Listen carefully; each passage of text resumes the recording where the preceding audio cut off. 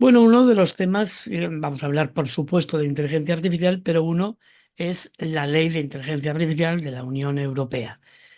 Un poco la pregunta la hago al aire, cualquiera de los dos. Podrías, aunque estamos bastante al día todos, pero explicarnos brevemente qué es esta ley de inteligencia artificial, qué pretende, cuáles son sus objetivos y cuáles son sus inconvenientes, que los tiene. Sí, el Reglamento Europeo de Inteligencia Artificial lo que busca, bueno, es un marco regulatorio al fin y al cabo, y lo que busca es establecer normas que permitan de alguna forma pues, asegurar el desarrollo, la comercialización y el uso de los sistemas de inteligencia artificial en toda la Unión Europea, con el objetivo o con los objetivos de que se cumpla, pues, por un lado, los derechos fundamentales y por otro lado, trata de promover de alguna forma o de conseguir promover la innovación en el ámbito de la IA, de forma que además, pues bueno, sea en todos los Estados miembros lo más común posible para facilitar la libre circulación, tanto de los bienes, servicios, productos y demás que estén relacionados con IA. Pero Sí, yo, en realidad, yo para apuntar algo más de lo que dice sí. Sergio, yo diría que más que promover la innovación es que no la impida, que no la dificulte. Sí, Creo que es una... esa era mi siguiente pregunta porque yo voy leyendo cada día peinando la prensa y oigo que tal vez es un poco capadora, que un poco puede frenar la innovación por una excesiva regulación. Yo no sé, os lo pregunto, ¿cómo está ese tema? Bueno, este es el eterno debate, ¿no? Si la legislación, la normativa ayuda mediante ese marco regulatorio a innovar y a que las empresas tengan capacidad para saber qué tienen que hacer y qué no tienen que hacer, y eso les permita dar un marco de actuación y el sacar productos más innovadores, o por el contrario, hay otra corriente de pensamiento que considera que la innovación, digamos, se ve impedida por un marco regulatorio demasiado restrictivo. Esa es la lucha continua que se da sobre todo en Europa, en otros continentes es diferente. Hablamos de otro tema que también regula o intenta regular, que es el tema de intimidad y privacidad.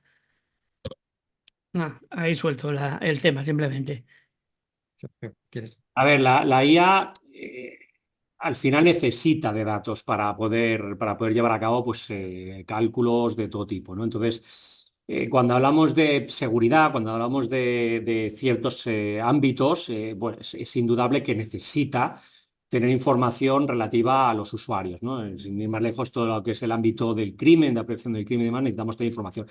La normativa trata, de alguna forma, está tratando de pues, proteger. Lo que pasa es que a lo mejor protegen demasiado el hecho del uso o de la adquisición de esa información, lo cual puede ser una limitación significativa e importante en cuanto a, pues a lo que hablábamos antes, ¿no? En cuanto a innovar, en cuanto a poner en marcha.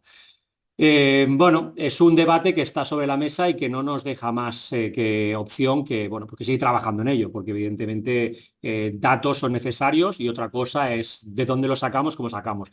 En esencia, lo que tenemos que intentar es que sea lo más transparente posible, informado posible el uso de esa información. Pero sí que es verdad que esta ley lo que está viniendo a decir sobre todo es poner límites en algunos de los casos.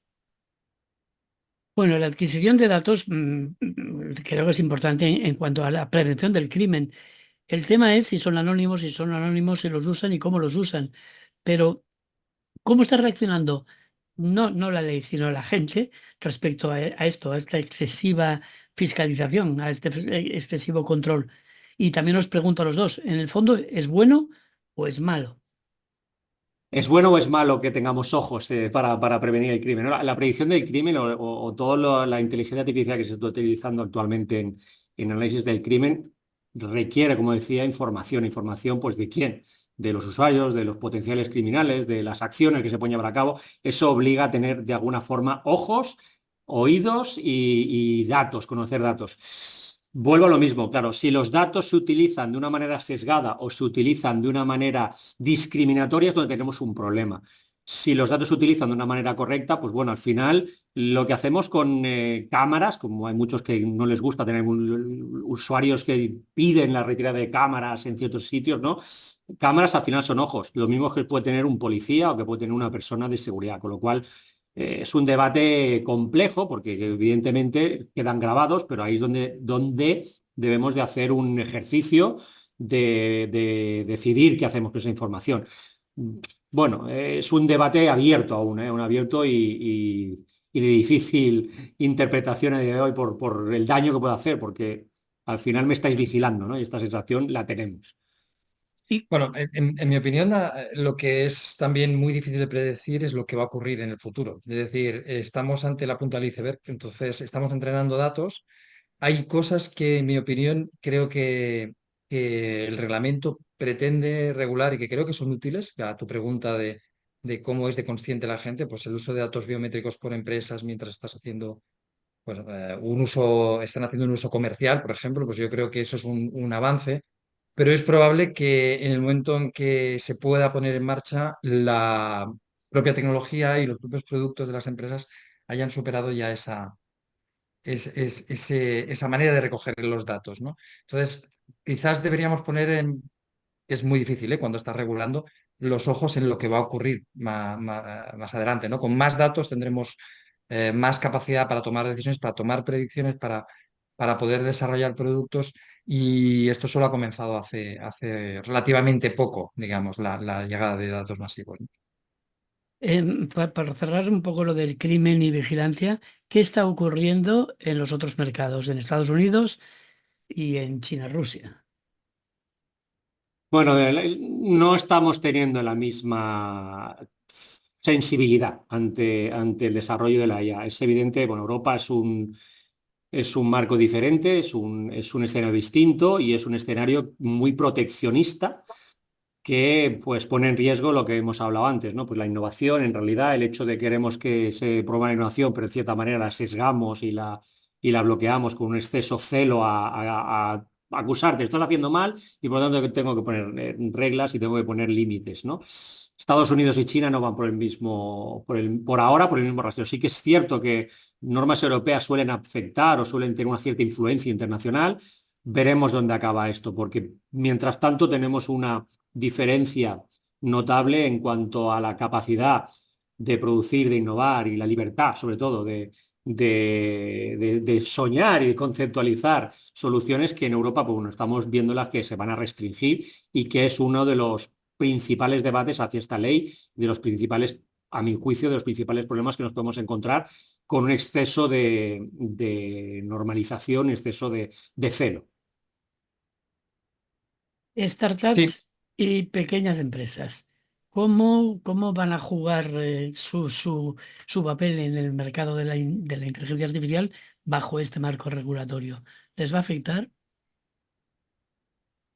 bueno, en principio, lo que decía ahora justamente Sergio es, yo tampoco conozco qué está ocurriendo en detalle, creo que nadie podemos decir que podemos conocer lo que está ocurriendo en detalle en lugares remotos de China o de otros continentes, pero sí que es verdad que la principal inversión en inteligencia artificial nos está haciendo en Europa, que se están haciendo la cantidad, digamos, de propiedad intelectual que se está generando en la China es infinitamente superior a la que es toda la propiedad intelectual que se está generando en el mundo, prácticamente el país que lleva más ventaja es China y Estados Unidos en segundo lugar y por lo tanto algo tiene que cambiar para que Europa sea líder.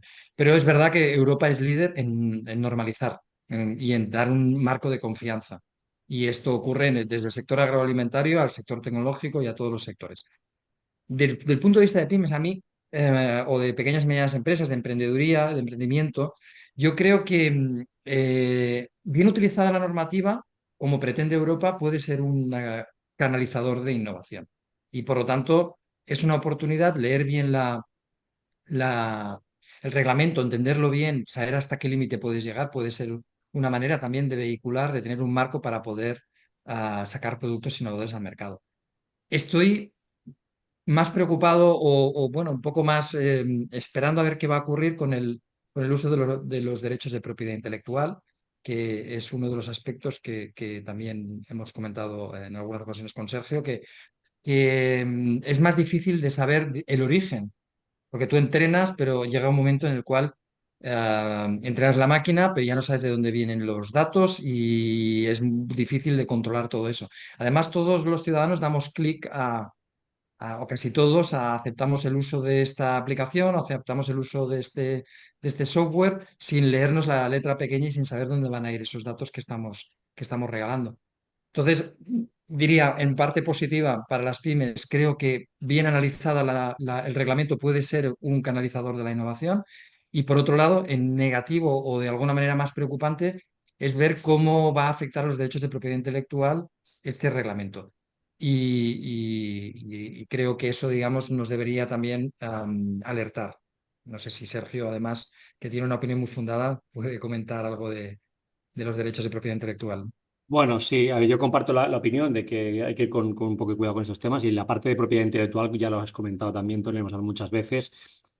Eh, la IA explota, parece que no existía antes de ChatGPT. Cuando aparece ChatGPT, todo es nuevo, parece que ha nacido de nuevo. Y en el inicio, ciertamente utilizaba mucha información existente como elemento de aprendizaje que luego, de alguna forma, trataba de replicar. Con lo cual, la línea entre lo nueva generación y cierto, no voy a decir plagio, pero parecido con algo, pues evidentemente está ahí, ¿no? A medida que estos sistemas están avanzando y están adquiriendo información, información, información, el saber discernir cuán creativo o no es el desarrollo y cuánto se ha copiado o no es complicado. Hay aplicaciones en las que evidentemente sí que hay que tener un cuidado y un control sobre la propiedad de desarrollo, pero ya no tanto por el plagio, sino también por las responsabilidades derivadas, ¿no? De ahí.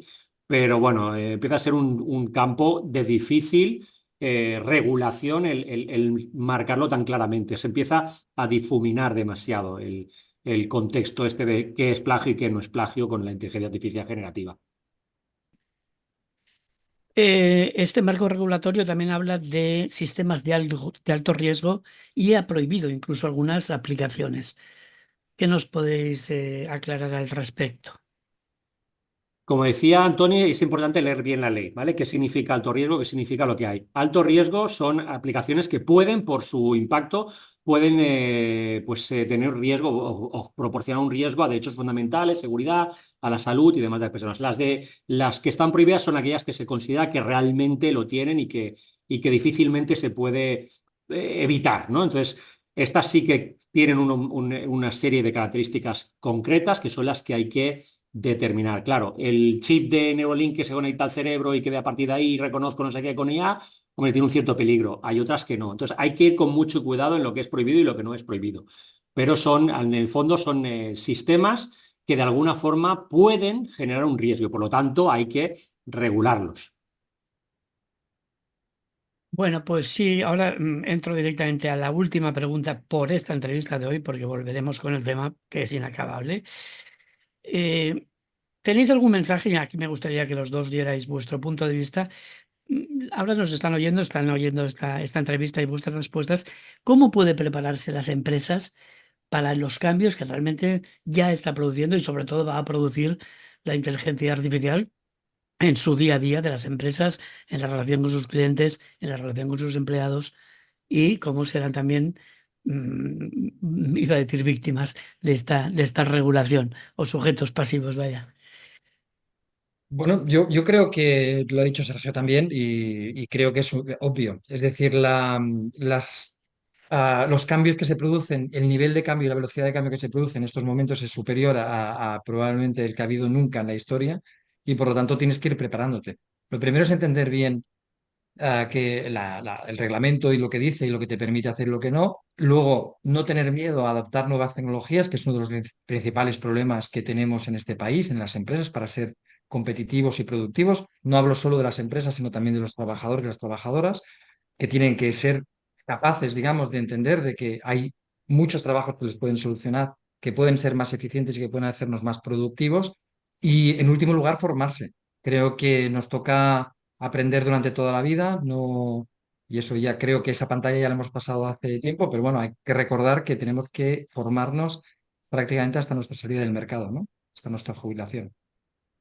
Sí, sí, yo estoy de acuerdo con lo que has comentado, Tony. Hay unos temas esenciales. Primero, no hace caso a toda la cantidad de noticias fantásticas, tanto a favor como en contra de la IA, que se le hace esto, que se le hace lo otro. Olvidémonos de esto. Hay que ser crítico, hay que tener un juicio crítico y hay que informarse sobre lo que hay. La IA es un campo muy grande, no es que la IA hace esto, no, es un campo muy grande. Hay muchas tecnologías dentro del paquete de las IA, por lo tanto, esto de la IA, bueno, hay muchas tecnologías, hay cosas que son IA y cosas que no son IA, y luego la inteligencia artificial ni viene a matar a nadie, ni viene a quitar el trabajo a nadie. El que te lo va a quitar es aquel que vea que no es capaz de adaptarte a las nuevas herramientas, porque al final ella es una herramienta, está aquí para quedarse, está aquí para ayudarnos a potenciar y a mejorar en nuestro día a día como herramienta, ya no solo de desarrollo, sino también de aprendizaje, nos ayuda a aprender y por lo tanto tenemos que familiarizarnos, igual que en su día nos familiarizamos con el móvil, igual que en su día nos familiarizamos con pues con Internet y con otras tantas tecnologías que los que están escuchando pues seguramente habéis visto y algunos incluso habéis vivido el proceso, ¿no? El progreso de no tenerla a tenerla. Y la IA es más que lo mismo, es una herramienta. Entonces, lo que dice Tony es muy importante, formación, no tenerle miedo. La velocidad en la que se están apareciendo las tecnologías es enorme y por lo tanto la incertidumbre siempre nos va a surgir y pensar que ahora con este tipo de herramientas, y esto ya va más para las empresas, necesitamos equipos mucho más multidisciplinares y mucho más completos. Esto yo me lo guiso, yo me lo como, o con uno basta, o nosotros no lo hacemos todo, es un concepto que ya tenemos que abandonar. Ese es el concepto de las empresas del siglo XX. Siglo XXI es que ya nos sirve, ¿no? Entonces yo me iría un poco por estas mismas líneas y estoy de acuerdo con el concepto esencial que has comentado, Tony, de no tenerle miedo. Bien, pues hasta aquí esta entrevista que realmente me ha parecido muy interesante. Espero que también a nuestros oyentes les parezca interesante o interesantísima. Tony Paz, Sergio Colado, gracias por vuestra intervención y espero veros por aquí dentro de muy poco. Hasta luego.